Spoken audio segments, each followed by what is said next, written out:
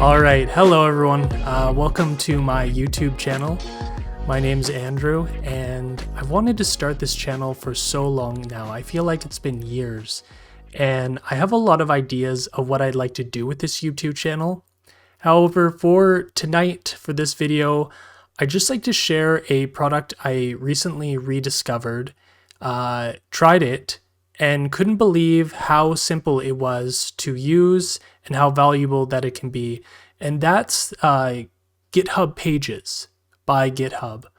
And if we just look at the homepage for this product here, we can see that it's being used by some pretty big names, right? Facebook Design, Zurb Foundation Framework, Adobe, open source.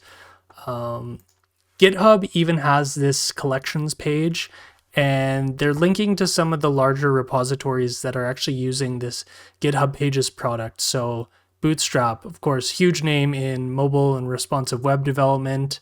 Electron.js, pretty popular.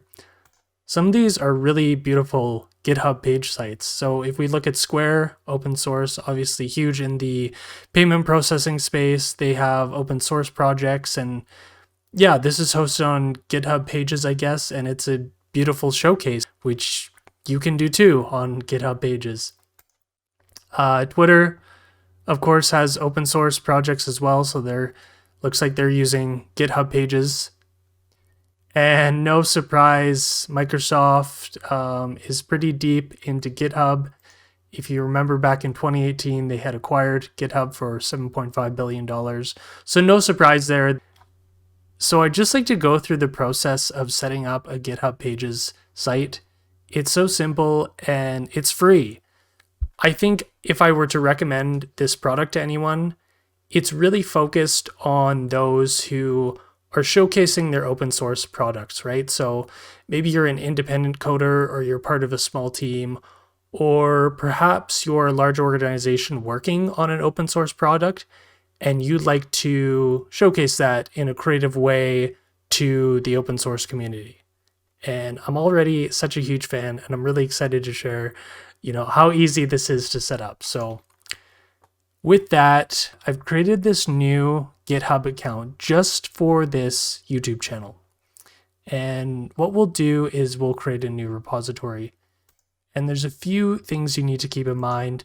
For setting up GitHub Pages is really simple. So all you really need to do is enter your username, which mine here is Andrew365 streams. And you can see we get this little pop-up here. When you type in your username, you can do special things with repositories, including GitHub Pages. After we type in the username, we'll type in github.io. And this is going to enable us to create that GitHub Pages site. When we request the index.html web page that's going to be hosted in this repository, it's going to resolve to that web page and display it in the web browser. We're going to make sure that this repository is public, and we're going to accept all the other defaults and click Create Repository.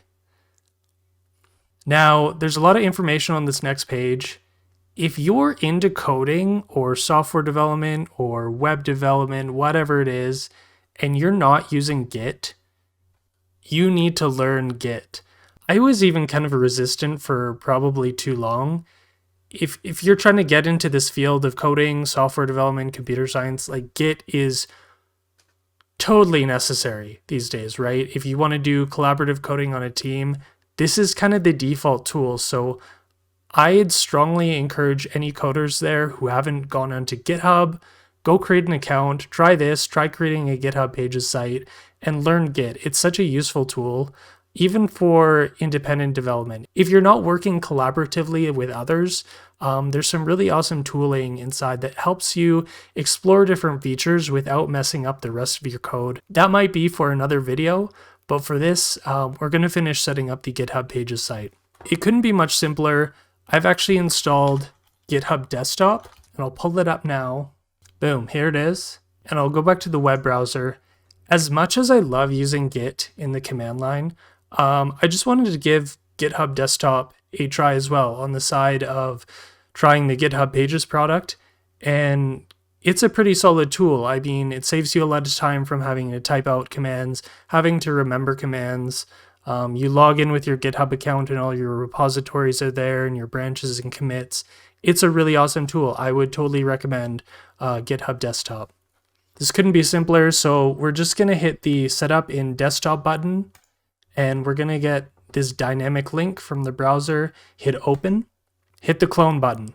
And now we see instantly that repository has been cloned to our local machine, and now we can begin creating our GitHub Pages site. So we have the empty repository here. I've opened it up in VS Code. I'd be willing to bet a small fortune that you're probably also using Visual Studio Code. And let's create the site. So we'll start with the index.html file. This is a common standard for static websites, which is the type of website that GitHub Pages hosts. You always start with index.html. Typically a web server will look for that file first. And yeah, we'll just, I don't even know if I want to type this all out. I'll just paste it in this simple template. That saves some typing and some time for the video. We can save this file and create our first commit. There's a great suggestion there, so I'm just going to say created index.html, and we'll commit that to main, the main branch, and we'll publish that branch. This is only one file, so it should happen almost instantly. We'll go back to the repo, hit refresh, and all this disappears, and we see that single index.html file there. So we should be able to go visit that website right now, right? Oh, what happened? So what's going on here is there's some type of caching mechanism where the website doesn't update right away. And I found this is a bit of a pitfall for GitHub Pages. This can really slow down development. So if you're coding live on your local machine and you're committing changes through, the command line or GitHub Desktop or whatever, those changes aren't going to show up online immediately. We need a better way to develop. That's where this HTTP server node.js module comes in so handy. This is probably my favorite node.js module. If you don't have node.js on your machine, you should go install it now. Even if you're not writing JavaScript, there's so many awesome utilities that people have built within that ecosystem. Here we're on the Node Package Manager website, and there's just tons of good stuff. And I know JavaScript and node.js, neither of them are perfect, but they're pretty outstanding for what they are. What I like to do, I grab this command, I install it globally. You can also run it with npx without necessarily installing it. I think that's how it works. But for this video, I'll just grab this. I've already installed this, but we'll run it again. And it's literally that simple. Once it's installed, you can type in HTTP server, and we'll head back to the web browser and go to the address that the command line said that the web server was running at, which is localhost on the port 8080. I open that in this GitHub directory, but we really want to click into here. So we can do that in the web browser as well. You'll see that here, that repository folder. And there's our website. So that's what it looks like. The cache on GitHub Pages, I'm expected, has cleared by now. So we'll refresh this page. And there's the site again. But like I said, not really great for development. You're going to have to wait every time you publish, which is not really ideal. So we can also do other things with this GitHub Pages product. Say we want to style our web page and make it look as beautiful as all the other ones. I'm not going to create a whole web site for this video, and I'm not going to create a long style sheet or anything too fancy, but just to demonstrate this, we'll change the background color of the body.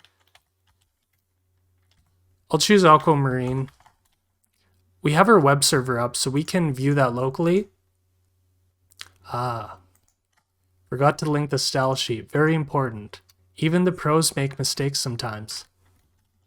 We'll create that head tag, link, make sure you add that rel attribute, hypertext reference to styles.css.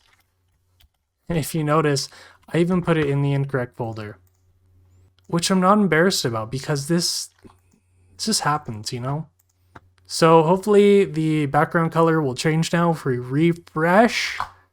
Just going to restart the web server.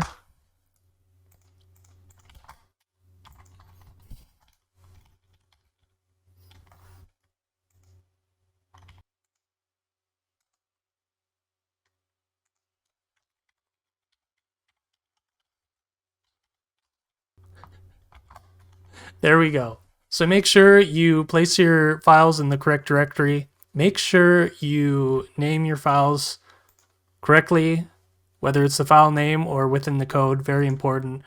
All right, so we can even do more with this web page. We can add behavior to it. Create a new file in the correct directory, and I'll name it the correct name. It doesn't matter what we name it. You know, alerts are frowned upon, but they're great for testing, right? I'll type this in, hello YouTube. I don't recommend anyone use this alert function in JavaScript. It's only for demonstration here. And before we reload the web page, we need to link that script within the HTML page. So I like to put them right before the closing body tag for several reasons. Won't get into that this video.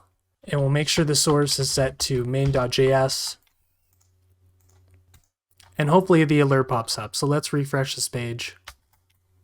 And there we go. Localhost says, hello YouTube. Very appropriate. See, I actually know what I'm doing, okay? All right, so we're back in GitHub Desktop. These are going to be my final changes for this project. So I'll commit those to the main branch. And we hit push origin. And there's only 2 more files to contribute, so you can see how quick that happened. Go back to GitHub. There's the 2 new files, but again, we got to wait for this cache. So here's our GitHub Pages site. I'll refresh that. Waiting.